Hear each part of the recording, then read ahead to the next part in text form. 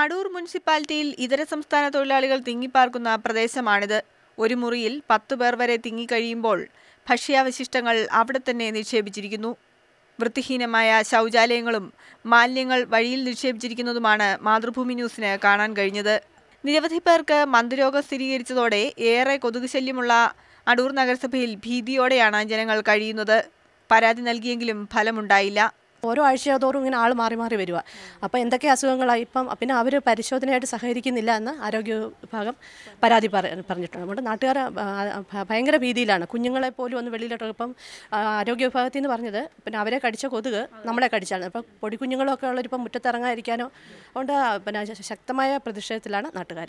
ഇതര സംസ്ഥാന തൊഴിലാളികൾക്കിടയിൽ 92 പേർക്ക് മന്ദരോഗം സ്ഥിരീകരിച്ചതോടെ ആരോഗ്യവകുപ്പും പത്തനംതിട്ട ജില്ലാ ഭരണകൂടവും നോട്ടീസ് നൽകിയെങ്കിലും ഒരു നഗരസഭയും ഇത് നിയന്ത്രിക്കാൻ നടപടി സ്വീകരിച്ചിട്ടില്ല. മുനിസിപ്പാലിറ്റി ഹെൽത്ത് സ്റ്റാഫ് ആയാലും അവരല്ല ഈ ക്ലീനിങ് ഒന്നും ചെയ്യേണ്ടത്. ഈ ക്ലീനിങ്ങിനെ സൂപ്പർവൈസ് ചെയ്ത് അവർക്കൊരു ലെറ്ററോ ഒരു നടപടിക്രമം ഇങ്ങനെയാണ് എന്ന് പറഞ്ഞ് മനസ്സിലാക്കി കൊടുക്കുക.